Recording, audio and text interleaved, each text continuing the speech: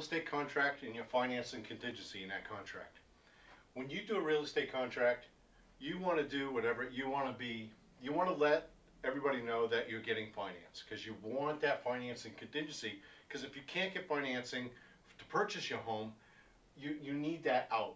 You need a way to get out and protect your earnest deposit money. Okay? As a buyer, you want to be serious about your purchase, so you want to give a good, fair, earnest deposit money down. That's going to be your escrow. That's going to be going to escrow at the title company or at a real estate company, depending on how the contract is written.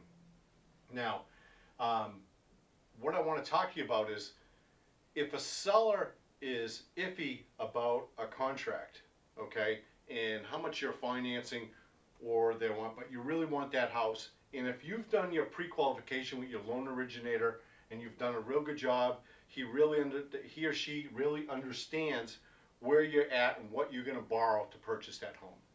Okay, that's really important because what goes on your loan application is none of these people's business. Okay, it's really important.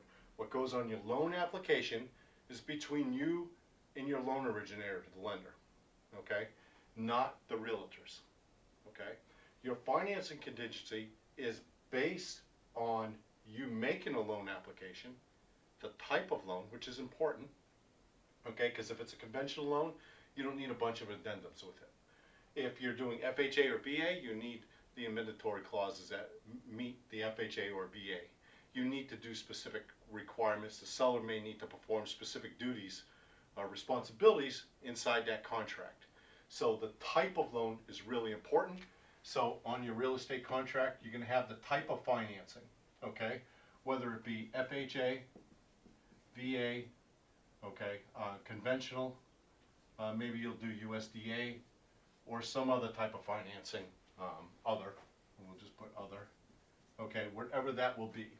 What you want to do is these two parts, the contract and the loan application, are separate. They are separate. You need to remember that, okay? So let's, for example, the purchase price is $100,000, all right, and you're going to put down maybe $1,000 deposit, okay, that'd be fine. You'll arrange that with your realtor. What you don't want to do, and if you're doing a conventional loan, or the seller only wants, if the seller says they only want to work with a conventional loan, not FHA or VA, you got a problem, you got to stop. Because we need that seller to sign that FHA and VA addendums, okay? So they need to be alerted of that type of loan. So once you get past that hurdle, okay, if you're doing FHA or VA and they say, well, this guy's doing 100% financing, or FHA 96.5% financing, are they really shaky? What type of a borrower? There's nothing wrong with you committing to the contract of saying you're going to finance 90%. Okay? In that contract, you're saying that the amount being financed, that's what you're setting that contingency at. What you do down here has nothing to do with this. This is the limit you're setting that contract contingency at, okay? The contract itself, not the rest. That contract itself, that's that financing contingency inside that contract. You're setting it here, okay? When you talk to your loan originator, you say you want to do 96.5%, okay? Financing on an FHA. The seller, you made the seller feel good saying that. That's okay. What's on your loan application, the realtors and the seller will only find out, okay, if you tell them. Your loan originator is not supposed to tell them what's on that loan application. That's none of their business. Okay? You work your deal to get your contract. Your limit, you really should talk to a real estate attorney on this, on the impact of that contract and your risk levels. When a lender denies you, they don't deny you because of this, they just say the financing is denied. They don't tell them how much you applied for. They're not supposed to tell them how much you applied for. But this is something you should talk to a real estate attorney, and why the importance of using a real estate attorney for your closing versus a title company. Now, my title company friends might be mad because I said that, but the title companies can't give legal advice. So you may want to talk to a real estate attorney when you're doing this type of contract, or you want to work this type of scenario out. But this is a way that you handle that.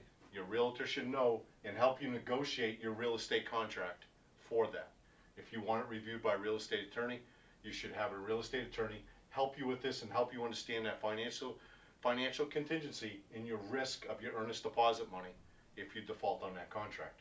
But your loan application and a real estate contract are two different things. Whatever you apply for on a loan application really doesn't have much to do with the financing contingency in that contract. You still have to meet your time frames, you still have to follow your real estate contract, use a real estate attorney, but your loan application and the two do not have to match.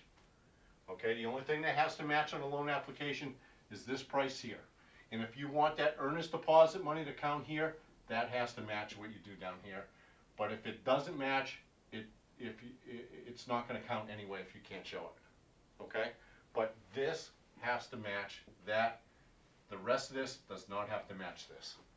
Okay? Just so you know, don't force anybody to put you in a position. And any type of advice or contract advice, we recommend you talk to a real estate attorney.